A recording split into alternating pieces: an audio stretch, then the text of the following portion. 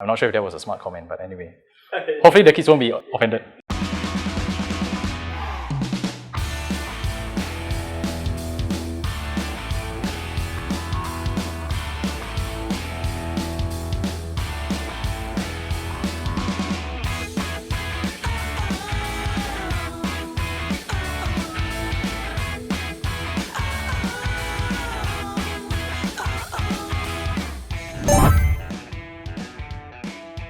Our windows, like they have linings around them to protect them, like over there. Yeah. What we could do is we could install solar panels in them. It won't really cause a disturbance in your life.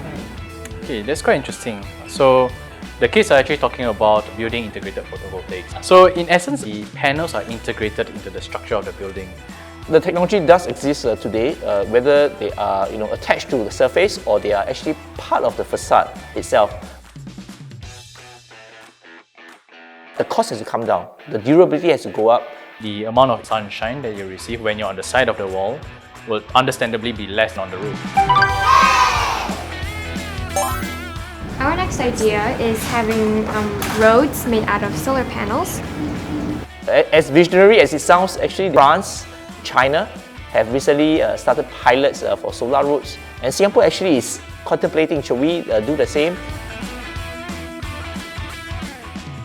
A normal panel would normally have leaves that fall on it or snow that accumulates on top of it. But if you place the panel on the road, you're not talking about leaves or snow, you're talking about cars. So the amount of stress on the panel will be significantly much higher. So that's also another thing that needs to be considered. So we thought cars on solar panels would be pretty damaging, so we came up with the idea of having a magnet above the solar panels. Then we would install magnets in the cars so they would react. The car would basically be floating.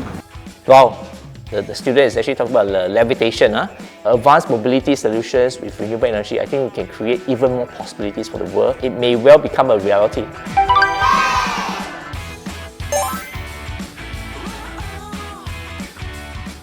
There could be possible disasters like supervolcano eruption and the entire planet is covered in gas and no sunlight reaches the planet. LED lights will pop out and then shine right on the panels and then repower the place again. Then comes the question, where would the LED light derive its electricity from? If a volcano were to erupt and the whole sky is covered with ashes, I think using LEDs to power the panels would be the least of our concerns.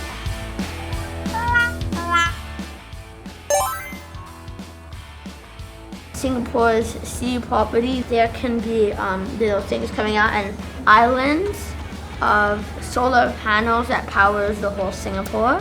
So it's actually quite interesting that this boy talked about islands because one of the areas for solar deployment in Singapore that was identified in the 2014 solar roadmap is actually islands.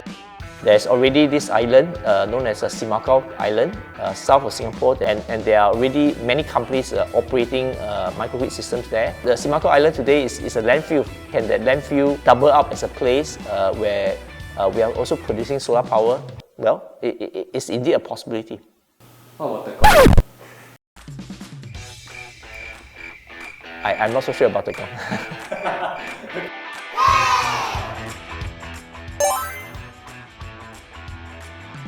We could put solar panels on other planets that have some wireless connection, or we could use satellites that transport the energy back to Earth.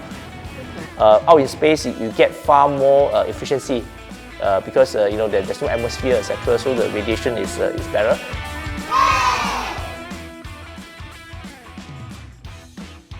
putting panels into space? Maybe the solar island.